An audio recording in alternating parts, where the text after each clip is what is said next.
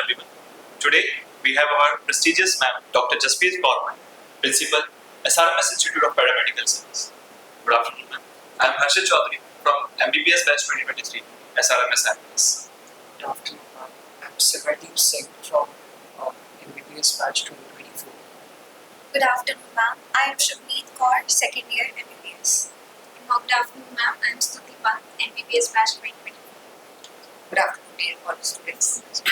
Ma'am, so we are proceeding our interview. Our first question is from you.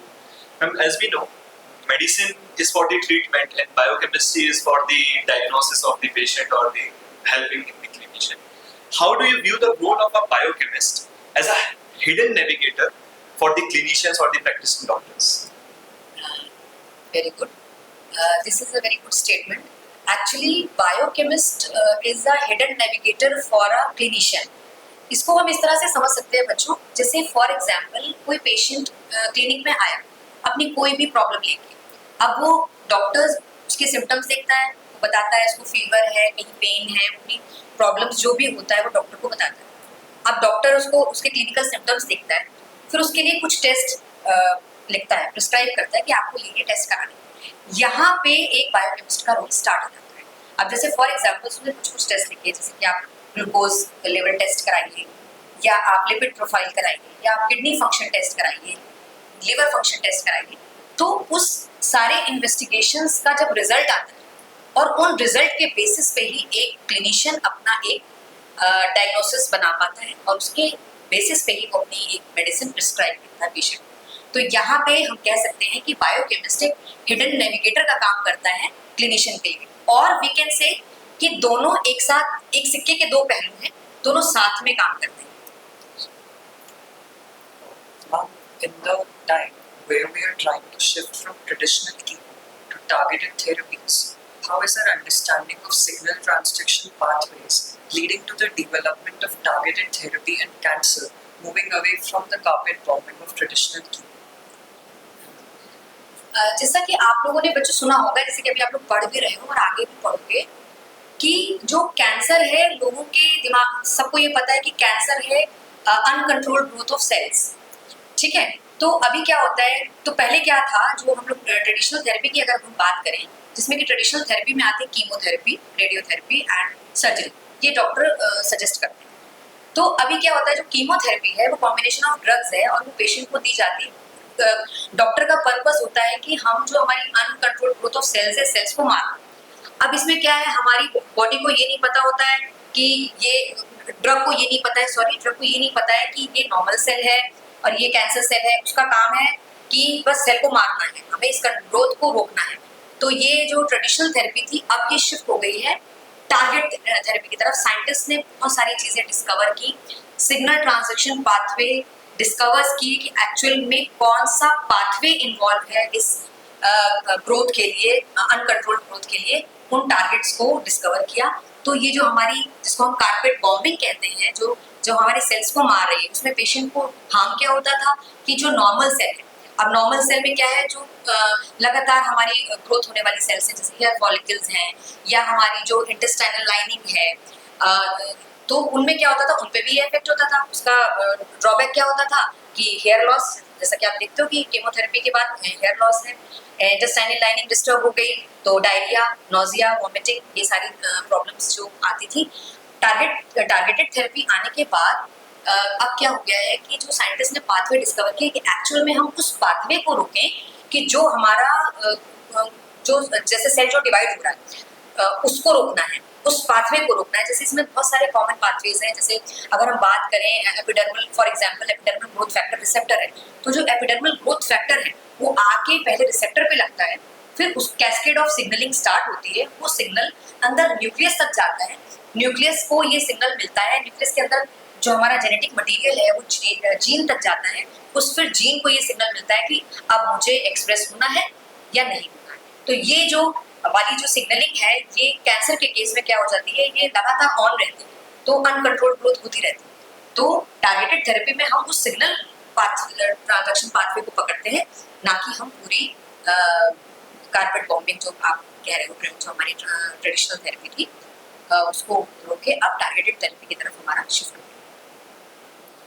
Ma'am, as we know, diabetes mellitus is one of the greatest health concerns in the 21st century.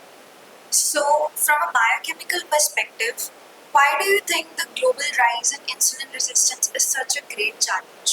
Exactly, this is a very good question. अभी आप देख रहे हो रोजमर्रा में कि diabetes एक बहुत ही कॉमन बीमारी हो गई है। 21st सेंचुरी की सबसे ज्यादा कॉमन बीमारी है जो ये है डायबिटीज, और वो भी इसमें भी टाइप 2 डायबिटीज।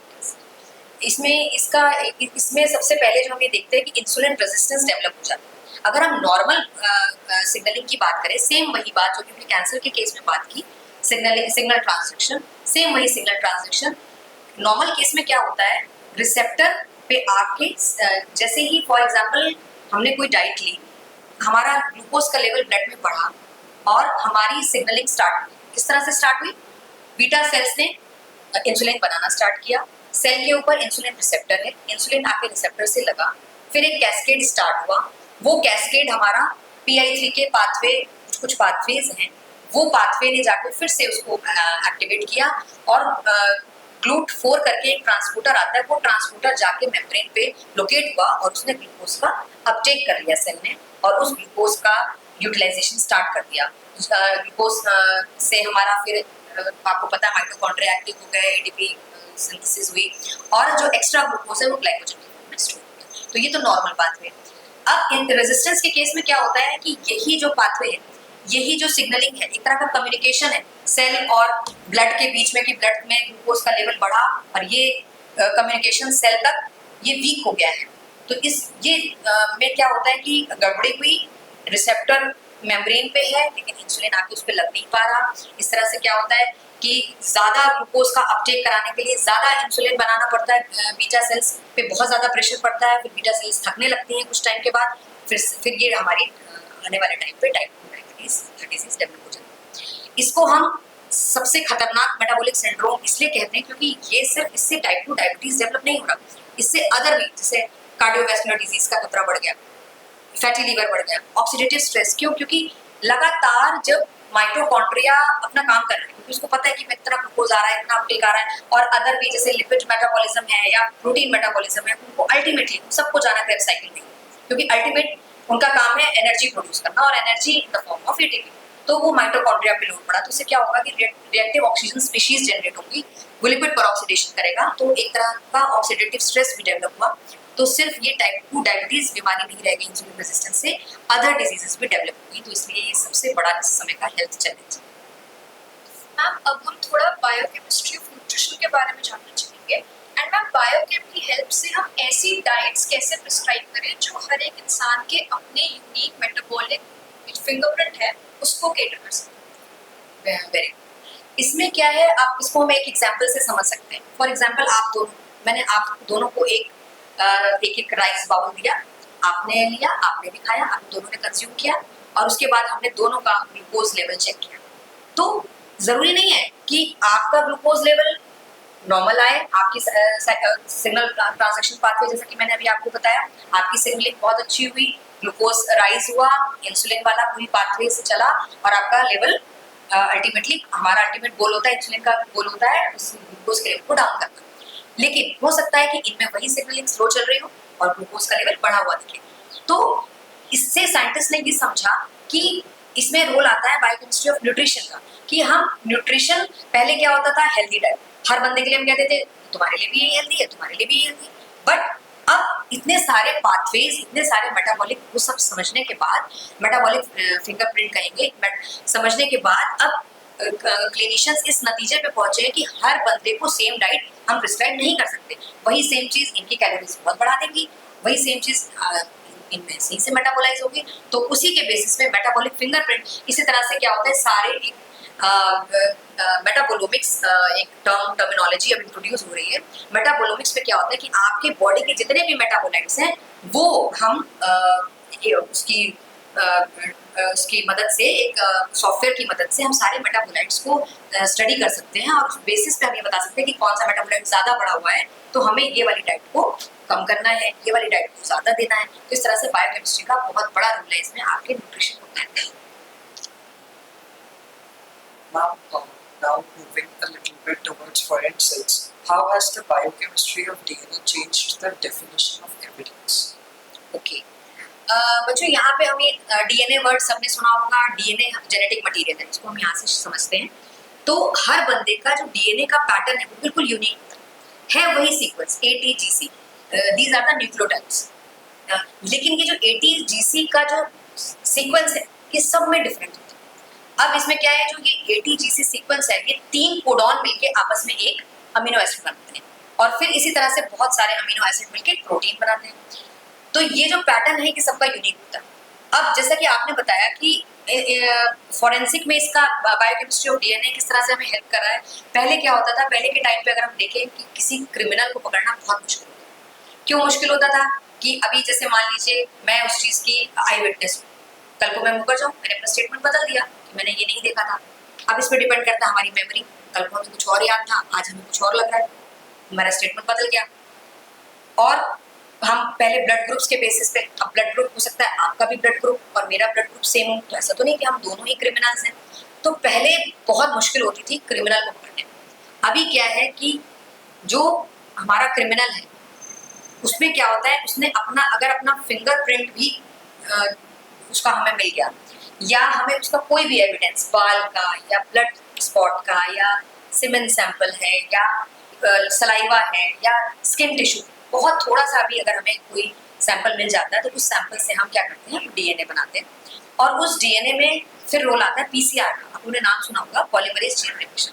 उसमें क्या होता है, बहुत छोटे ही रीजन को पीसीआर क्या करता है, उसकी मल्टीपल कॉपीज बना देता है। अब इसमें क्या होता है, उस मल्टीपल कॉपीज जब बनाता है तो वो सीक्वेंसिंग हम कराते हैं, उसकी सीक्वेंसिंग प्लस जो क्रिमिनल है, जो हमें लग रहा है सस्पेक्टेड है, उस सस्पेक्टेड का भी जो डीएनए हमारे पास होगा उसकी सीक्वेंसिंग करते हैं। फिर हम क्या करते हैं, इसमें शॉर्ट टैंडम रिपीट्स होते हैं, वो शॉर्ट टैंडम रिपीट्स की हम एनालिसिस करते हैं कि शॉर्ट टैंडम रिपीट्स मींस 2 से लेके 4 या 6 न्यूक्लियोटाइड्स वो बार बार कितनी बार रिपीट हो रहे हैं उस पूरे genome. For example 10 times repeat हो रहा है या 20 टाइम्स रिपीट हो रहा है, उस रिपीटिशन के बेसिस पे हम मैच करते हैं और उस मैच से हमें पता लग जाता है कि जो मेन है क्रिमिनल वो यही था या नहीं। तो उससे हमारा ये पुख्ता करने में कि किसका रोल था इस सारे करने में बहुत अहम रोल आ जाता है इस बायोकेमिस्ट्री ऑफ डीएनए से। तो इससे बहुत सारे पहले जो थे कई बहुत सारे केसेस सॉल्व हुए हैं। पहले के बहुत सारे ऐसे जो निर्दोष लोग भी जो हैं वो अभी तक उनका क्लियर नहीं हुआ था, लेकिन अब इस बायोकेमिस्ट्री ऑफ डीएनए इस रिवोल्यूशन से उनके भी जो केसेस हैं वो क्लियर हुए। Ma'am, inborn errors of metabolism, they are a very tragic diagnosis for the child or the family. Ma'am, why are they such an ultimate puzzle or a challenge for biochemists? And ma'am, उनकी इतनी ज़्यादा early screening क्यों recommend करी जाती है? देखिए, inborn errors of metabolism है कि जैसा कि नाम से ही पता चल रहा है कि वो पैदाइशी ही बच्चे में होगी और ये जेनेटिक डिसऑर्डर्स है। अब ये अल्टीमेट पजल इसलिए है क्योंकि इसको पकड़ना बहुत मुश्किल है। बेबी हुआ, देखने में नॉर्मल लग रहा है, सिम्टम्स कुछ टाइम बाद आए उसके। तो अभी क्या है, क्लिनिशियन का, पीडियाट्रिशियन का सबसे बड़ा रोल यहाँ ये आता है कि जैसे ही बेबी हुआ, बाहर के देशों में अभी से ये चल रहा है, उसने क्या किया, हील प्रिक से उसने ब्लड लिया, बच्चे का सैंपल किया और न्यू बॉर्न स्क्रीनिंग करी। स्क्रीनिंग में क्या होता है कि उसमें क्या करते हैं, कुछ मेटाबोलाइट्स देखते हैं। अब उसमें क्या हो सकता है, अब एक तो है नहीं हमारे पास, बहुत सारा, तो उसमें रोल आता है टेंडम मास स्पेक्ट्रोमेट्री का। वो हमारे सारे मेटाबोलाइट्स जितने भी बॉडी में चल रहे हैं, जो बेबी, जैसे फॉर एग्जांपल मैं आपको एग्जांपल बताऊं, सबसे बड़ा एग्जांपल है इसका इनबॉर्न एरर ऑफ मेटाबॉलिज्म का फेनाइलकीटोनुरिया। इसमें आपने नाम सुना होगा आपने, और मैपल सीरम यूरिन डिजीज है ना, और गैलेक्टोसीमिया, ये सारे केसेस जो इनबॉर्न एरर्स ऑफ मेटाबॉलिज्म है। इसमें क्या है, फॉर एग्जांपल अगर हम एक एग्जांपल ले फेनाइलकीटोनुरिया, तो इसमें जो फिनाइल एलेनिन नाम का एक अमीनो एसिड, वो क्या होता है, वो मेटाबोलाइज ही नहीं हो पा रहा। क्यों? क्योंकि उसका एंजाइम गड़बड़, वो एंजाइम फिनाइल एलेनिन को मेटाबोलाइज नहीं कर पा रहा। तो अल्टीमेटली फिनाइल एलेनिन बॉडी में एक्यूमुलेट होने लग गया। अब उससे क्या है, मेंटल रिटार्डनेस, बच्चे की ग्रोथ स्लो हो गई। ये हमें उसके बॉर्न के टाइम पे ये सारी चीजें नहीं पता चली, लेकिन हम स्टार्टिंग में अगर स्क्रीनिंग करें तो हम आने वाले टाइम पे उसका डाइट प्लान करके बच्चे का, उसको हम फिनाइल एलेनिन वाली डाइट, लो वाली डाइट देंगे, फिनाइल एलेनिन वाली डाइट रिस्ट्रिक्ट करेंगे। तो इस सारी चीजों को हम न्यू बॉर्न स्क्रीनिंग करके इन सारी चीजों को हम रोक सकते हैं, परमानेंट डैमेज को रोक सकते हैं। In an era where artificial intelligence is vigorously reducing the workload, with its integration, how do you see the interpretation of complex biochemical data evolving in the next decade? Exactly अच्छा बच्चों, यहाँ आप लोगों को बहुत सी टर्मिनोलॉजीज जो अब introduce हो रही है यहाँ समझने की जरूरत है.